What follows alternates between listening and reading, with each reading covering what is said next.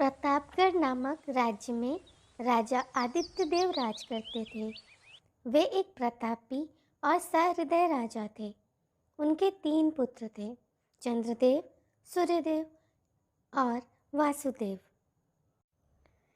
तीनों ही पुत्र अपने पिता के ही समान संस्कारी, आज्ञाकारी और हर विद्या में दक्ष थे।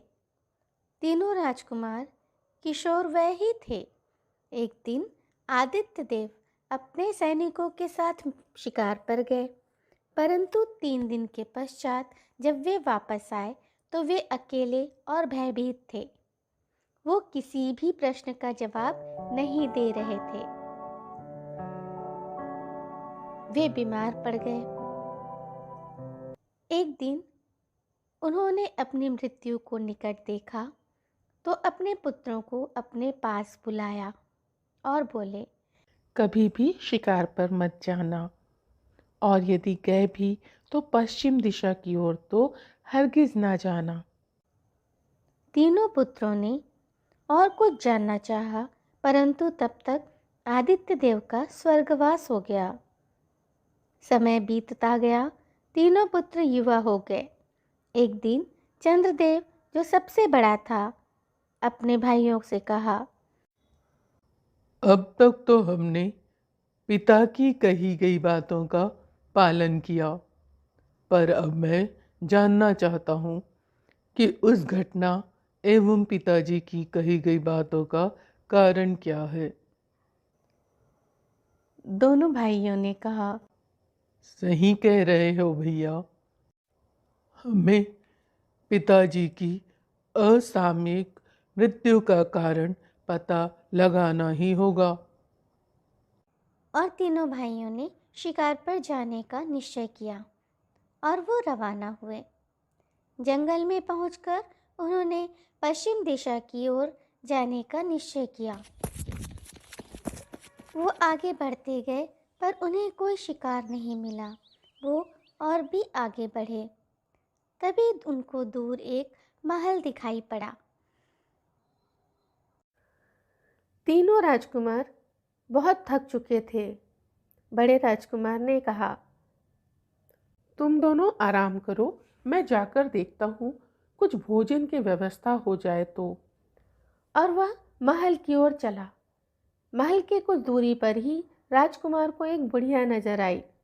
राजकुमार ने पूछा, इस महल में कौन रहता है और इसमें अंदर जाने का कोई दरवाजा क्यों नहीं दिख रहा।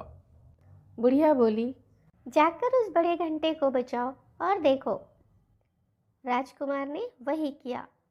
घंटे को बजाते ही एक दरवाजा प्रकट हुआ और देखते ही देखते वह खुल गया। राजकुमार अंदर प्रवेश किया। अंदर एक असाधारण महल था, जिसमें एक रानी बैठी हुई थी जो अत्यंत सुंदरी थी। राजकुमार उसे देखता ही रह गया। राजकुमार ने तुरंत रानी के पास विवाह का प्रस्ताव रखा। रानी ने कहा, पहले मेरे एक प्रश्न का जवाब दो। यदि तुमने मेरा सही जवाब दिया तो मैं तुमसे विवाह कर लूंगी, अन्यथा तुम्हारा सर कलम कर दूंगी। राजकुमार ने कहा, ठीक है, आपका क्या प्रश्न है। रानी ने कहा, भानुमति ने सुजान सिंह के साथ क्या किया और सुजान सिंह ने भानुमति के साथ क्या किया। राजकुमार को समझ आ गया कि अब उसके मरने का समय आ गया, क्योंकि उसके पास इस प्रश्न का कोई उत्तर नहीं था। उसने उत्तर देने में असमर्थता जताई और रानी ने उसका सर कलम कर दिया। काफी समय बीत चुका था। दोनों राजकुमार चिंतित हो गए।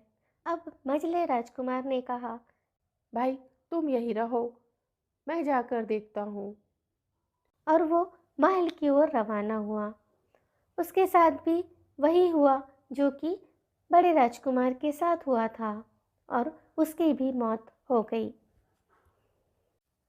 सबसे छोटा राजकुमार वासुदेव सबसे सुंदर और बुद्धिमान था।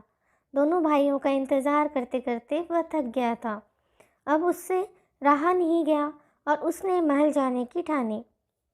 महल के रास्ते में उसे बतख के दो बच्चे दिखे। उसने देखा एक बाज दोनों बच्चों की ओर झपटने के लिए आ रहा है। उसने तुरंत अपनी तलवार बाज की ओर तान दी और बाज वहां से भाग गया। जब बच्चों के माता पिता वहां आए तो बच्चे बतखों ने अपने माता पिता से बताया कि कैसे राजकुमार ने उनको बाज से बचाया।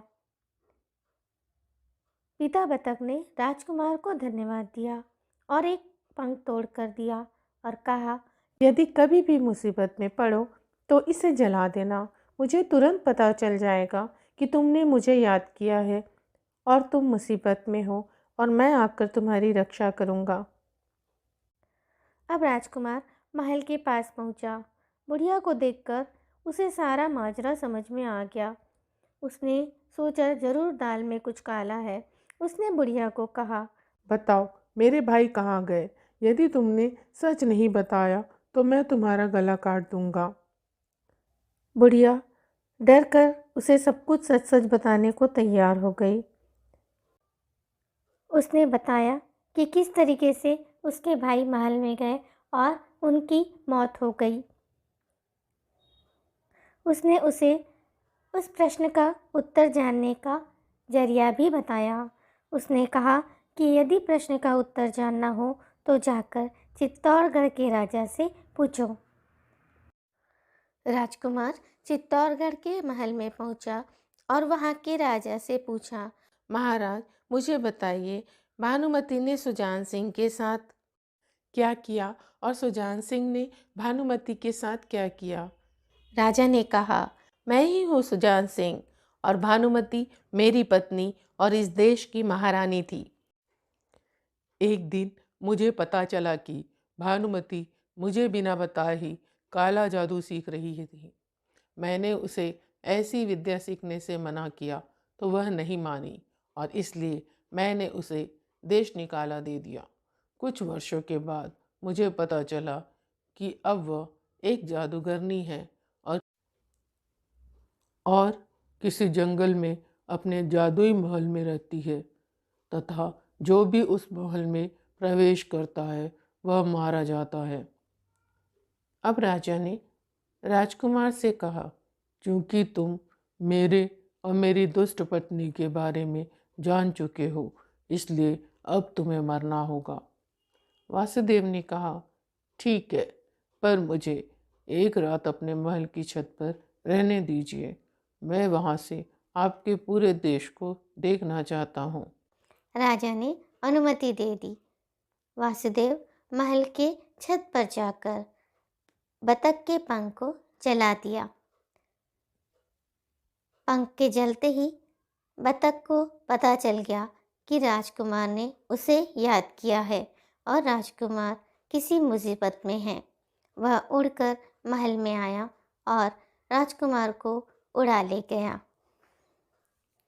जादुई महल के पास बतख वासुदेव को पहुंचा देता है।